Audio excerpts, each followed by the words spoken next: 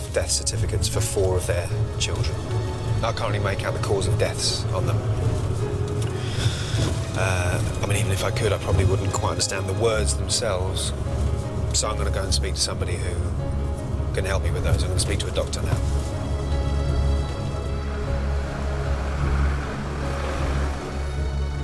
Martin's come to Great Ormond Street Children's Hospital to meet paediatric consultant Dr. Vaz Novelli, to find out why by 1911 6 of Ada and Richard's 12 children had died.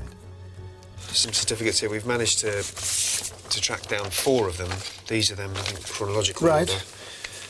The infant mortality rate around that time would be around 15–20%. I would expect 1 in 5 to 1 in 6 children died, not 50%. So that is unusual. So this is Alice. This is the first one that died. This is the first one who died, apparently. Yeah. So that was 902, and aged 2 months, right?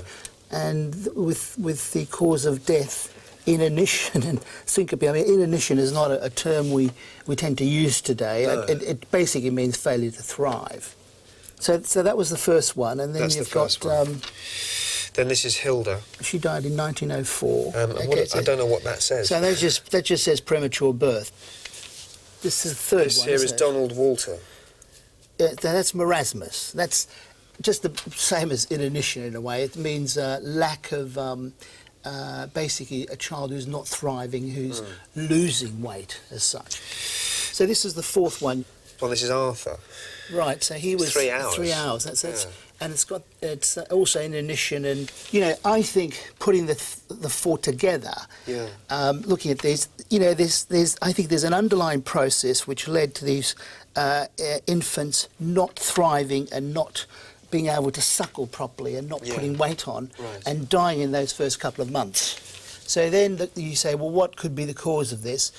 Congenital abnormalities, cardiac defects, renal defects.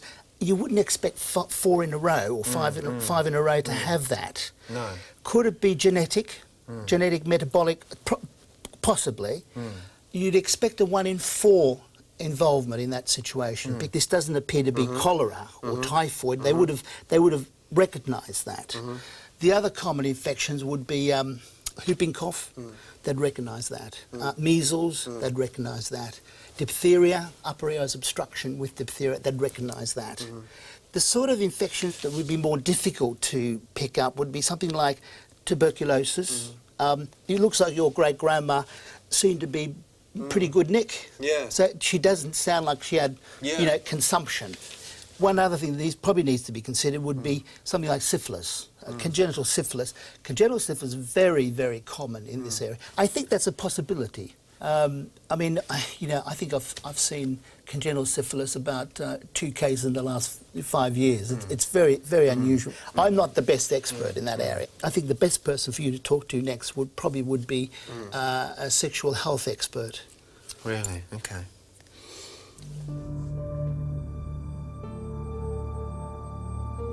Now I'm getting pretty sure that syphilis played a part in it. Of course I'm curious about that. It's more surprising when you've been finding out very family stuff about these people, especially about Ada. The fact she was this strong, matriarchal, very upright, talented woman who outlived everybody, Again, because I don't know, I'm not a doctor, I don't know if you can have syphilis and live that long. I don't know.